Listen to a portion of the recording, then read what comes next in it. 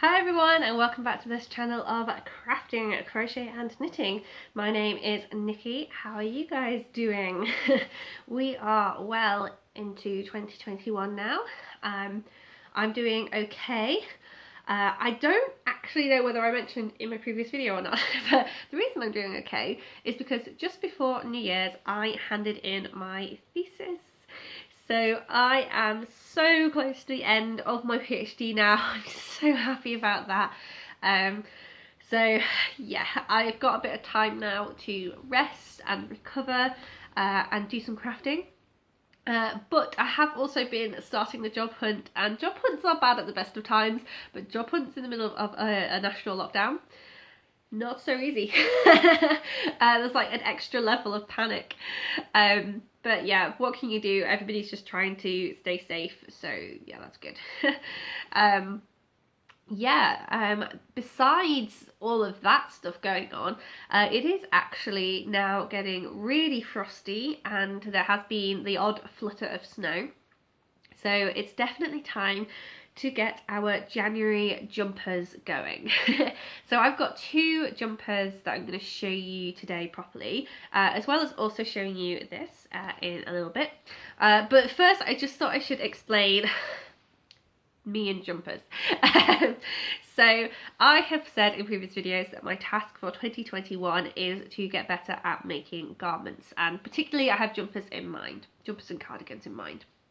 And this is because a couple of years ago now, maybe, when I did an attempt at making my first jumper, things were not going so great. So at the time I only had straight needles and I didn't really have the right size straight needles. So I'd found this jumper pattern and I had some a pretty good quantity of cream Aran yarn given to me, but it was quite old. And I thought, okay, well, I can practice a jumper with this. So I found the pattern, I practiced the jumper, and I had to use a size of needles that maybe were too big compared to the pattern because I didn't have the pattern size, and lo and behold, the jumper came out massive. So that didn't go so great.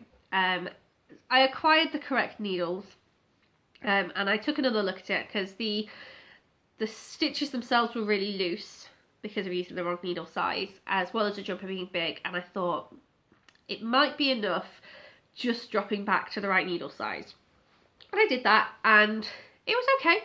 It fit relatively okay. There wasn't really any shaping to it, but I thought this is good enough for me to feel confident about now trying this in some nice colour that I would like. So I got a really nice sort of wine deep red Aran yarn, and started to make this jumper, and I thought, okay, let's try and put some shaping into it while we do this.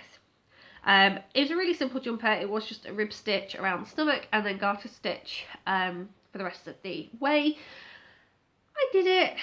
I did a panel and looked at it and it didn't really look right, and I tried to fit it around my body and it wasn't really working, and in the end I hated it and unravelled it, and that was the end of that, and I was completely demoralised. My husband very kindly said, why are you getting upset about a project that you don't like?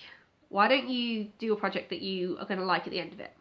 And I thought, okay, yeah, that's sensible. There's no point making this simple jumper anymore when actually I just don't like it. So I found the pattern for the red cardigan that I have mentioned on a previous video. And I did the red cardigan and it was too big. So I mentioned before that the red cardigan came in 3 sizes. There wasn't really in between sizes. Don't know why, because I ended up editing it and that's worked out just fine. So originally I did this back in March. I didn't like it was being oversized, shoved it in a drawer and left it, and didn't approach it for a little while. So that was me and jumpers. We were on a break. In the meantime, what I did instead was just to do this very simple cocoon cardigan. So I saw this on a Facebook page for one of the various knitting groups and crochet groups, and it's really simple. It's just a massive granny square that you fold in half. You do a seam. There you go, seam, and then add a little bit of stitching for the cuffs and the collar. Now, because it's just cheap acrylic yarn, that I used. It has got a bit oversized, but it's still nice and cozy, and I can kind of wrap myself up in it, so it's not all bad. But it's not particularly my style of clothing, so this is why I decided to go back to the red cardigan and to do some maths and work out what my size would be. And I've shown you that before, so I'm not going to dwell on it too much here, but it gave me enough confidence, even though I've still got to redo the collar. It gave me enough confidence to start looking at some of the jumpers. So I've been working on 2 projects, and I'm going to show you the second one first, because actually I really like the first one. So the second project that I've been working on, and probably been working more on, is a crochet jumper, and it's the eclectic jumper. It was inspired by Anushka at the Crimson Stitchery. I will put her YouTube page in the description, and she did this as a scrap busting project, so there's lots of bright colours in there, and the pattern is originally a very bright and dark contrasting pattern, but I don't wear bright colours. So I took my inspiration for the colour system from a jumper I already have, which is a navy and magenta stripy jumper, and so I made this. So the whole idea behind this was to practice different stitches. There is the crochet equivalent of a rib stitch. There are some simple stitches in here that you would find in granny square, as well as some more complicated sort of clusters. And there are clusters that are done in this separating line with spaces, and there are also clusters that are done more tightly to give some texture. So if I hold it up like this, you can see where those little bubbles of texture are. So it's really nice. However, I've stumbled across the exact same problem: sizing. I measured myself up, I picked the size that was correct. I don't think I'm a massively loose crocheter. I don't gauge my crochet, I don't think, but it's huge. And I looked at the picture, and it's a bit of a weird one, because the picture has the front panel comes actually quite a way down the shoulder before it joins the sleeve, which my panel is sort of suggesting, but there's no hint in the picture that there's any bagginess at the sides, so I don't know how they fitted that jumper at all. And the other thing is even though the pattern is free online, the written instructions and the charted instructions are actually different. So I'm okay with crochet. I use the chart and then have adapted the chart to do my sleeves, which I have started here. So I've just tried to do them at the same time. And I figured that I'm not going to worry about the size of the front and back panels until I've got sleeves and I can pin it together and work out whether I can just seam all the extra fabric to try and fit it a bit, or whether I actually do need to frock this back and do it in a different pattern. Not a different pattern, sorry, different size. So we'll see how that goes. That might end up in a drawer at some point. Thankfully, this last project is not going to end up in a drawer anytime soon, I don't think, unless I start making lots of mistakes. The premise behind this one was back in Christmas 2019, my friend was really sneaky, and she asked me questions about my hobby that I thought were just interests about how I was getting on, and it turns out she was actually really probing, and I, like an absolute sucker, went and gave her all the information she needed, thankfully, to go out, and she sneakily bought me this absolutely lovely yarn. It's this lovely neutral grey, sort of a beigey grey, if that makes sense. It's really lovely colour, and it's got little flecks of black and darker grey and brown in it. Beautiful colouring. It's just a really classy colour, you know, it can go on most people. It's not a massive branded name or anything. I will put it down in the description as always, but it's not a big brand, so I don't know if you can still get hold of this or not.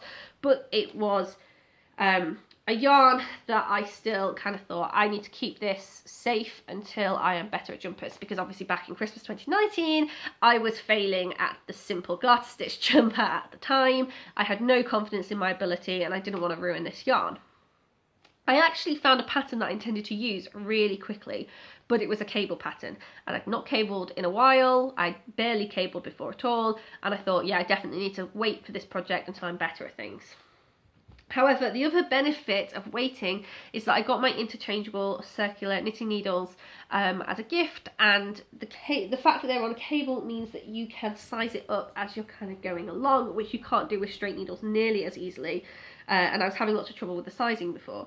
So I picked the size closest to my measurements, and I cast it on, and I measured myself up, and I thought, that's about right, that's looking good, I'm going to keep going. And I worked in the first part of the pattern. So the pattern is a 16 row repeat. So I worked that first part in. It's done on slightly bigger needles than the rib stitching, is pretty standard, and so I put it up against me again, it had a little check, it was doing okay. I made a second pattern repeat, checked it out again, it's still going good. I think we might have the right size, and here it is, or at least here is part of it anyway, in all its glory. It is so beautiful. It's an incredible pattern.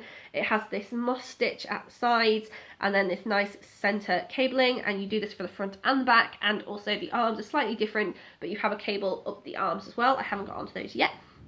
It seams with a raglan, so that's where it goes straight down from your your neck to under your arm. So it's usually a cleaner stitch than having the square, which was the case with the eclectic crochet pattern. So hopefully this will be a cleaner seam. But you can see how I've not actually done the shoulders yet. There's a reason for this. In here, there is a mistake. I know where it is, so I can see it. I don't know if you can see it, but I'm not that bothered about it. I'm not going to frog this back for one little mistake. But I did think, okay, let's not rush and put this on the front, when in fact I could have done the second panel perfect and it would have been better on the front. So that's what I basically have started doing. I've started working the second panel. I will get it to the same length. And once I have scanned both panels to see which one has the most obvious mistakes, or if any, I will select which one will be the front and which one will be the back. So that's how that one's working out. And I've been using my little cable needle. This has a much sharper point than the rounded one I showed in a previous episode, and I feel like this is more secure. I've been using this to hold stitches.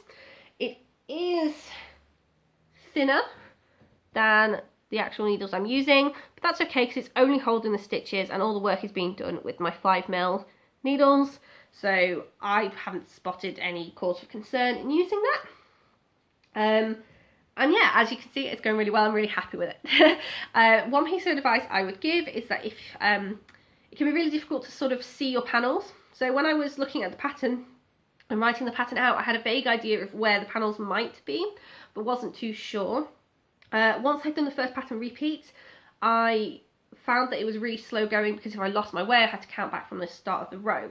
And what I did when I had the first pattern repeat in place was to put these little stitch markers in place, separating out the two moss panels, the two side cable panels and the middle panel. And everything since then has been so much quicker, because if I make a mistake, I can go back to the edge of the panel and work out where I am. I don't need to go all the way back to the end of the row. And also I'm making less mistakes, because as I am knitting that row, I can visualise so much easier where I am. So yeah, it's going great. I'm really excited for it. So I will update you with that progress in future videos. I hope you like it too. As always, I like to see what you guys are getting up to.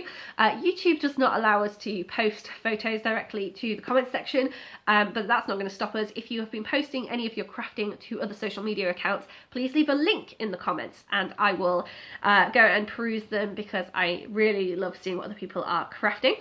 And with that, I hope that you are doing okay. I hope that you are crafting okay, and I will see you in the next video.